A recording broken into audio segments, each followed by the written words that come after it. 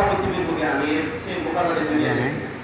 অথচ আল্লাহ পাক আমাদের সূরা তওবা 60 নম্বর আয়াতে বলছে, হে মুসলমান বা হে মুমিনরা, তোমরা সাধ্যমতো তোমাদের যতটুকু ক্ষমতা শক্তি আছে তোমরা অর্জন করো।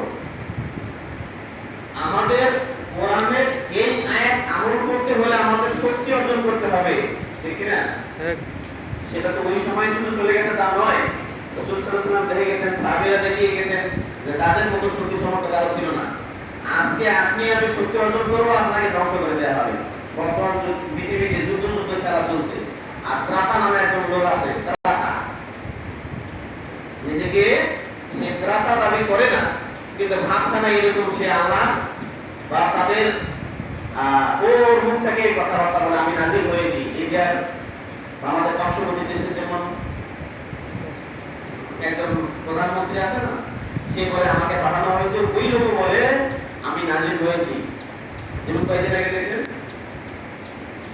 আমাদের পার্শ্ববর্তী দেশ এবং পাকিস্তানের মধ্যে যে মারামারি শুরু হলো, আবার সে বন্ধ করে দিল। তার মানে ক্রেডিট দেখাইলো যে আমি বন্ধ করলাম, আমি যুদ্ধ চাই না। দেখে বিষয় রেখা করে। আবার কয়েকদিন আগে তো হলো যে মহাধূমধামে আমাদের ইরান এর বিরুদ্ধে অভিযোগ, সে কি করতেছে? ইউরেনিয়াম সংগঠিত করতেছে। সেই ইউরেনিয়াম সংগঠিত করে পারমাণবিক চুল্লি না, সেখানে সে পারমাণবিক বোমা তৈরি করবে। তো সমস্যা কি? ও পারমাণবিক বোমা করতেও সমস্যা কোথায়? তোমার হাতে যে পারমাণবিক বোমা আছে তোমার থাকা যাবে, তাই না? আমাদের থাকা যাবে না। কেন থাকা যাবে না জানেন? আমরা সন্ত্রাসী, আর তারা নিরীহ প্রাণী, তারা কিচ্ছু করে না। আর আমাদের মতো আমরা কি যাতে আল্লাহ ভালো জানি কি নষ্ট হলে আমাদের গৌরব, আমাদের সহ্য বুঝতে কোথায় গেল আমরা বুঝতে পারি না। আমরা তাদেরকে ডেকে নিয়ে, আমাদের মহিলাদেরকে দিয়ে তাদেরকে ড্যান্স উদযাপন করাইতেছি। আলহামদুলিল্লাহ, উপহার দিচ্ছি মিলিয়ন ডলার, বিলিয়ন ডলার দিয়ে তাদের উপহার দিচ্ছি। মনে হচ্ছে যে আমরা আমাদের পূর্বকে ভুলে গেছি।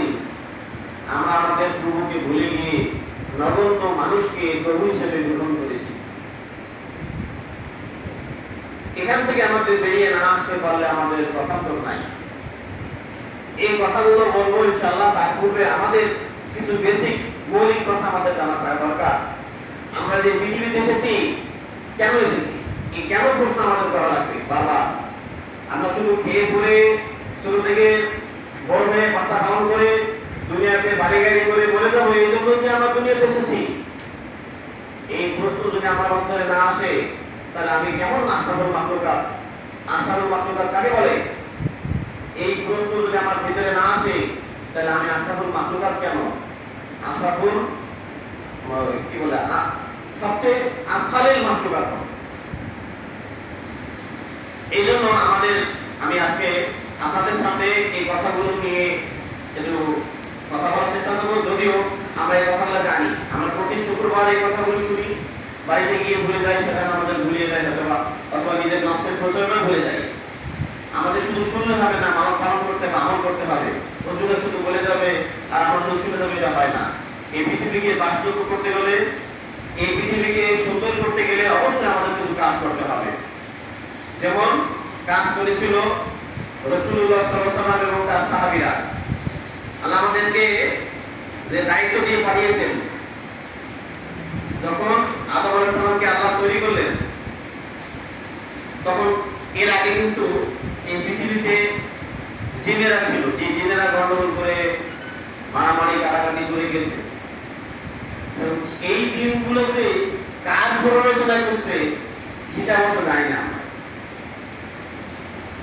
আমাদের প্ররোচনা তো ওই জিনের থেকেই শয়তান দিয়েছে, তাই না? ওরা কেন বলেছে আল্লাহ ভালো জানে। যাই হোক, যখন আদম আলাইহিস সালামকে তৈরি করার পর মানে তৈরি করবে আল্লাহ, তো আল্লাহ তো একটা তাদেরকে বড় তাদেরকে ডাকে বলছে এই আমি করবো। তো তারা দৃষ্টতা দেখাইল যে আপনি এর আগে জিনদেরকে তৈরি করেছিলেন, তারা যেরকম করেছিল এরাও করবে।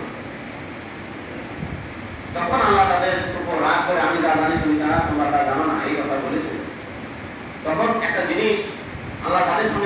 বলেছিল যে এই মানুষ যে আমি পৃথিবীতে পাঠাবো এরা নিজের ইচ্ছা শক্তি থাকা সত্ত্বেও আমার গুণগান গাবে, আমার কাজ করবে। সেই থেকেই আল্লাহ আমাদেরকে পৃথিবীতে প্রতিনিধি হিসেবে পাঠিয়েছে। আল্লাহ পাক সূরা আল ইমরানে বলেছেন, কুনতুম খায়রা উম্মাতিন লিন-নাস তা'মুরুনা বিল মা'রুফ ওয়া তানহাউনা আনিল মুনকার। এই যে কাজটা আপনি আমি যে সর্বশ্রেষ্ঠ হব, তার জন্য প্রধান এই শর্ত, এই কাজ করতে হবে। আমি এই কথাটার মধ্যে আসবো যে আপনি আমি যদি এই কাজ না করি, তাহলে আপনি আমি আশরাফুল মাখলুকাত বা আপনি যে খয়রা এই উম্মতের মধ্যে তা প্রমাণ করতে পারবেন না, হবে না। যে করবে সে হবে, আপনি আমি ব্যতীত হবে। এই জন্য এই কাজটা করার জন্য আহ্বান জানাবো। তার পূর্বে আমি একটু কথা বলে নিই, আমরা মুসলমান হয়ে কি করে। আমরা অবশ্য যারা আহলে জামাতে আছি এটা জানি, কেউ জানলে হবে না, আমাদের মানুষকেও জানাইতে হবে। আমরা যেরকম জীবনযাপন করতেছি এইভাবে আমাদের বেশি দূর চেকা সম্ভব হবে না। একটা জিনিস খেয়াল করেন, একটা জমি যদি আপনি রেখে দেন, কাজ না করেন, ওই জমিটা কি হয়? নষ্ট হয়ে যায় না? আমরাও যদি কাজ করবেন আমাদের মতন ইসলাম হারিয়ে যাবে। এই ইসলাম রাখার জন্য, আমাদের পৃথিবীকে বাস্তব করার জন্য আমাদের কাজ করবো। অনুগ্রহ করে আমার কথাগুলো শুনবেন, মানার চেষ্টা করবেন। কারণ আল্লাহ পাক বলছে সূরা জুমারে, আল্লাযীনা ইয়াসতামিউনাল কওলা ফায়াত্তাবিউনাহু আহসানা, যে মানুষ কথা শুনবে এবং কথাগুলোর মধ্যে ভালো আমল করবে, সেইভাবে জ্ঞানী এবং সেইভাবে হেদায়েত প্রাপ্ত। যদি আমি বা আপনারা যেই শুনিয়ে গেল কোনো ভালো কথা, এই ভালো কথা যদি আমল করি, তাহলে আমাদের দুইটা গুণ থাকবে। আল্লাহ আমাদের বলে দিয়েছে যে আমরা জ্ঞানী লোকের মধ্যে অন্তর্ভুক্ত হব এবং সঠিক পথ দেখাবো। অপর দিকে যদি না আমরা তাহলে আমাদের অবস্থা খারাপ। এই জন্য আমি অনুরোধ করবো আমাদের এই কথাগুলো, ভালো কথাগুলো শুনে আমল করতে হবে। প্রথম কথা হচ্ছে, আমরা যে মুসলমান হই, এই মুসলমান হই কি করে? আজকে আমাদের এই সমাজে আমরা এই জিনিসটা আমরা ভালো করে বুঝতে পারি না, তাহলে সমস্যা রয়েছে।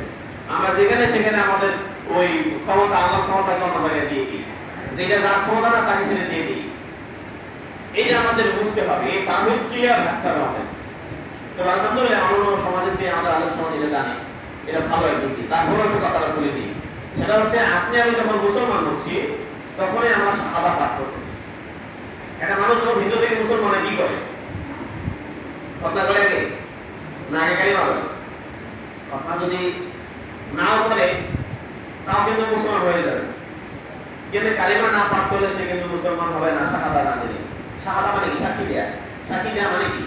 সাক্ষী দেয়া মানে ওই কালিমাটা গ্রহণ করা। মানে কি? প্রথমের অংশ, দ্বিতীয় অংশ লা ইলাহা ইল্লাল্লাহ, এই অংশগুলো লা ইলাহা ইল্লাল্লাহ এটা গ্রহণ করতে হবে। এখন আপনি আমি কি এটা গ্রহণ করেছি? এটা আমাদের প্রশ্ন, বড় প্রশ্ন। এটা গ্রহণ করেছি কিনা? এই লা ইলাহা ইল্লাল্লাহ কথাটা ব্যাপক অর্থটা কি? আমি শুধু মুখে মুখে বললাম আর কোনো কাজ করলাম না, সেটা কি হবে? ধরেন জাকির নায়েক সাহেবের উদাহরণ আমি একটু উদাহরণ আমার মনে পড়েছে, আমি প্রায় কথাটা বলি। আপনি আপনার মাকে ভালোবাসেন, তাই না? মায়ের দুধ পান করেছেন। খুব কমই আছে যারা মায়ের দুধ পান করে না, তাই না? এরকম থাকতে পারে যারা অন্যভাবে বেঁচে থাকে। আমরা আমাদের মায়ের ঋণ শোধ করতে পারবো কি?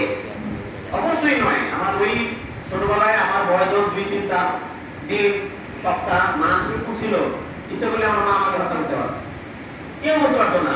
মা না খাওয়াইলে আমি এমনিতে বলে দেবো। সেই মা আমাকে আদর যত্ন করে বড় করেছে, সেই মা ঋণ শোধ করা সম্ভব আসলেই নয়। কিন্তু কথা হচ্ছে সেই মাকে আমার তো অনেকেই ভালোবাসে, অবশ্য কিছু লোক ভুলে যায়। এখানে একজন লোক প্রমাণ দিচ্ছে যে আমি আমার মাকে আমার জীবনের চেয়ে বেশি ভালোবাসি। আমার জীবন তার কাছে তুচ্ছ, কিছুই না। কিন্তু মা যখন কোনো কিছু চায় তখন সে বলে আমি দুঃখিত পারবো না। কিন্তু মুখে বলতেছে ঠিক কথা, আপনাদের সামনে আপনার সামনে বলতেছে যে আমার মাকে আমি আমার জীবনের চেয়ে বেশি ভালোবাসি, অথচ মা যখন কোনো কিছু কাজ করতে বলে তখন ওই কাজ করি না। আচ্ছা বলেন তো, তাহলে আমি কেমন মানুষ? কথাটা মনে হয় না?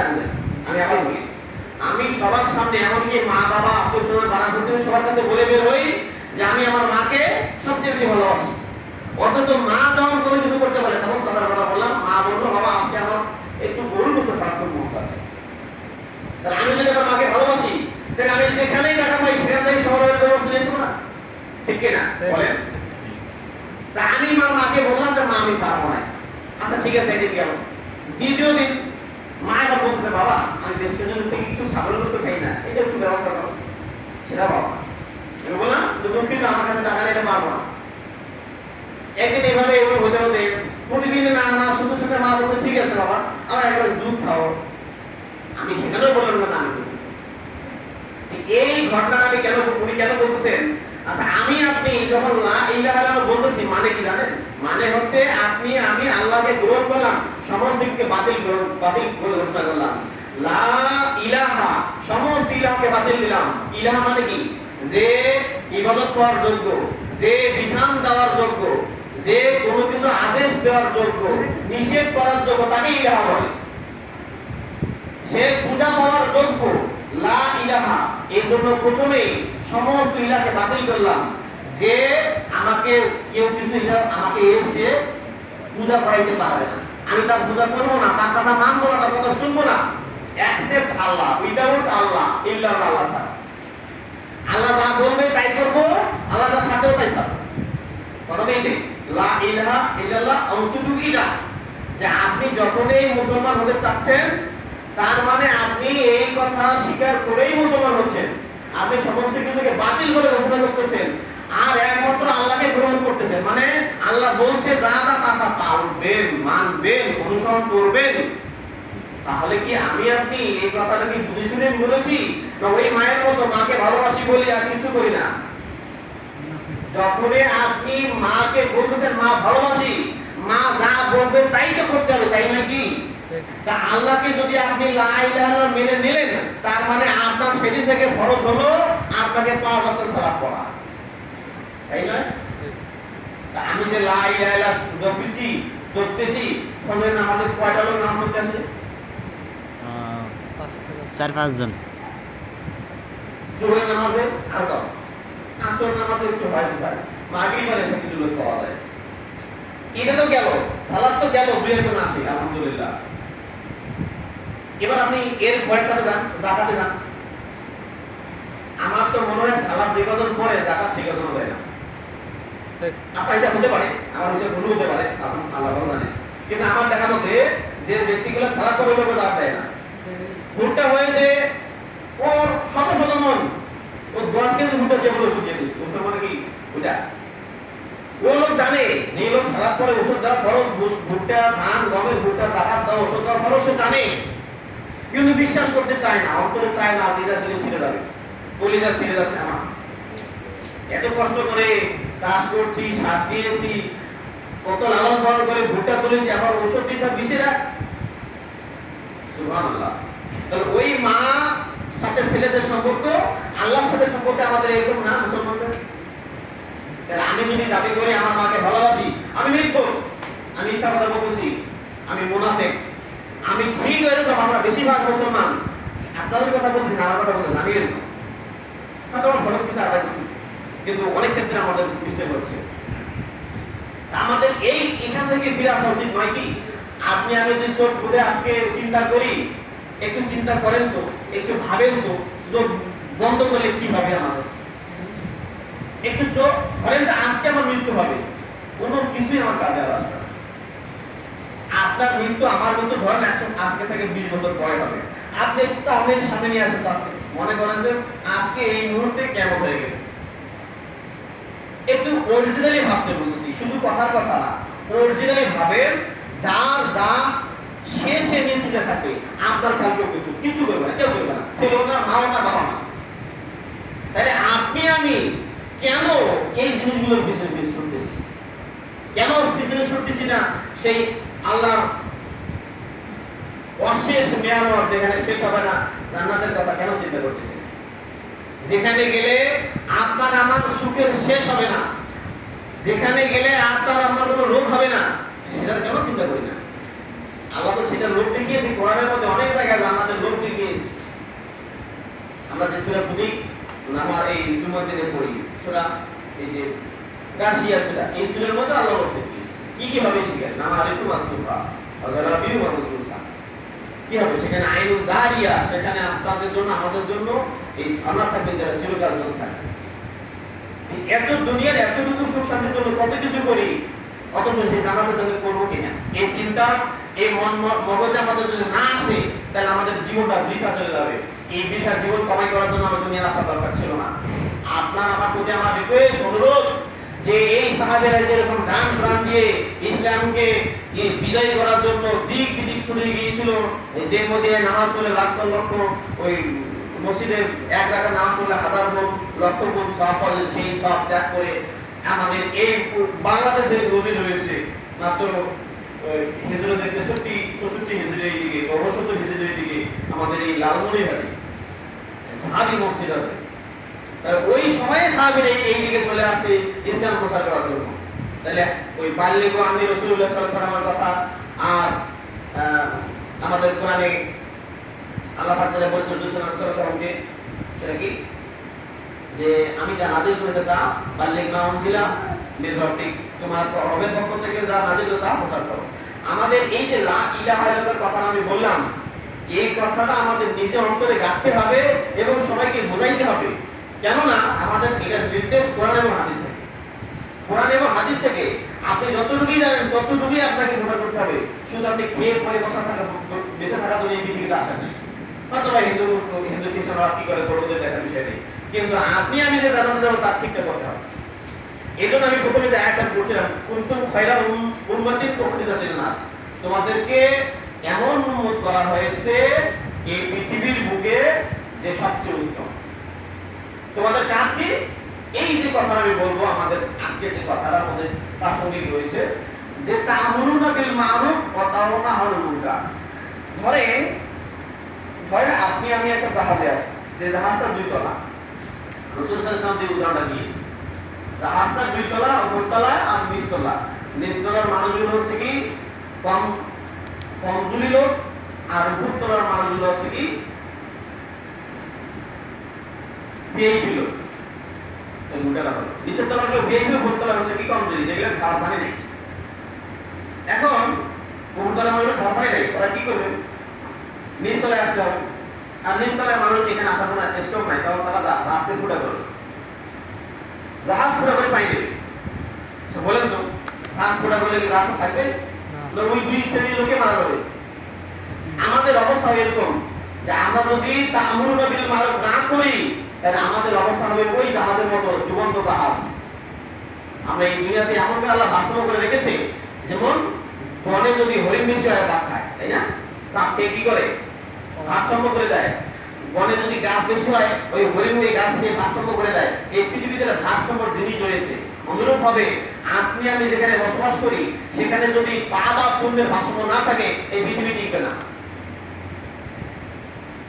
আমি কেন এই কথাটা বললাম?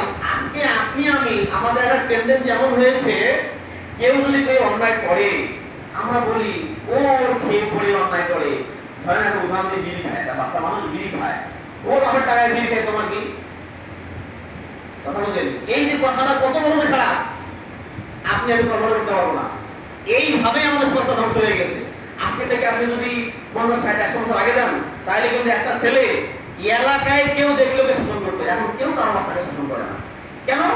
আপনি শাসন করলে ওর বাপের আপনার করবে, তুই আমার বাচ্চাকে শাসন করার কি? কথা বলছেন? অথচ উচিত ছিল ওই লোকটাকে ধন্যবাদ জানানো, আপনি ঠিক কাজ করেছেন। এই সমাজ নষ্ট হওয়ার পিছনে এইটা আছে অনেক বড় একটা কারণ। অনুগ্রহ করে এই কাজটা যদি আপনি ওই ভয়টাতে ছেড়ে দেন, তাহলে আল্লাহ আপনাকে ওই যে আমি যে বললাম যে আদেশ যে করলো, 1 নম্বর কথা, যে আল্লাহ যে বললো অন্যায় থেকে মানুষকে বিরত রাখো, সেটা আপনি করলেন না। একটা মানুষের ভয়, ওই মানুষটা কি বলবে, ওর বাপের টাকা ও খায়, ওর বাপের আমাকে ধরবে নাকি, এই ভয়ে আপনি ওই আদেশটা করলেন না। একদিক দিয়ে আপনি ওই আপনার চিন্তায় ঠিক আছেন, কিন্তু আল্লাহ যে আপনাকে বলেছে যে অন্যায় থেকে বিরত করো, সেই আদেশটা অমান্য করলেন। সেদিকে খেয়াল করছেন কি? ওই মানুষটা যে আপনাকে কতটুকু ধরতে পারবে, তার চেয়ে আল্লাহকে আপনার কম ধরতে পারবে? আমাদের এই প্রতিজ্ঞাটা নিতে হবে। আমি কেন এই কথা বলছি, একটু সামনে যাবো, যদিও আর 15 মিনিট সময় আছে। এই কথা ভিত্তিতে আমি সামনে যাবো যে আমাদের উচিত অনুগ্রহ করে বলতেছে, আমাদের মুসলমান বলে নিজেকে দাবি করি, অবশ্যই এই কাজটা আবার শুরু করা, অন্যায়ের প্রতিবাদ করা। না হলে আমাদের মধ্যে যে দানব কিছু করে, দানব আমাদের 1 বছর আগে তাড়িয়ে দিয়েছে, এরকম দানব তৈরি হবে। এরকম দানব তৈরি হবে, কারণ ওর অন্যায়কে কেউ ঠেকায় নাই। ওর অন্যায়কে থেকে নেই। ও এই যে আজকে যে আমাদের এই গান ছেলে গান পাইয়েছে, ও যে ওখানে গিয়েছে তার মধ্যে মনে করে না যে আমরা দায়ী, আমরা তাকে ভোট দিয়ে ওখানে নিয়ে গেছিলাম। অতএব আপনি আমি ওর আমারও কিন্তু দায়ী, মনে রাখিয়েন। আল্লাহ যদি মাফ না করে ক্ষমা চান। এখন থেকে সাবধান, আল্লাহ আমাদের মাফ করে দেও। আর আমরা এই কাজটা অন্তত করা শুরু করি যে যে কোনো ছোট মানে বিশেষ করে ছোট বাচ্চাদের যদি আপনারা কোনো ভুল করে দেখেন, ওই বাচ্চাকে বুঝিয়ে বলবেন বাবা এটা কাজ করা যাবে না, এটা করা ভালো না। যদিও ওই ছেলে তো আপনার উপর খারাপ মন মেজাজ করুক না কেন, ওর বাপ করুক না কেন, যদি আপনি আমি এই কাজগুলো করতে পারি, এই আমার সমাজটা, আমার বাচ্চারা, আপনার বাচ্চারা সুন্দর থাকবে। আমরা একদিন এই পৃথিবীতে বসবাস করে ভালো কিছু করতে পারবো। আর যদি না করি এই ধ্বংসের তলে অধর তলে তলিয়ে যাবো। আর উল্টা দিকে আল্লাহ করবে। এমন কিছু কথা বলা যেতে পারে এখানে যে আমি আমার অনেক টাকা খাই, আমি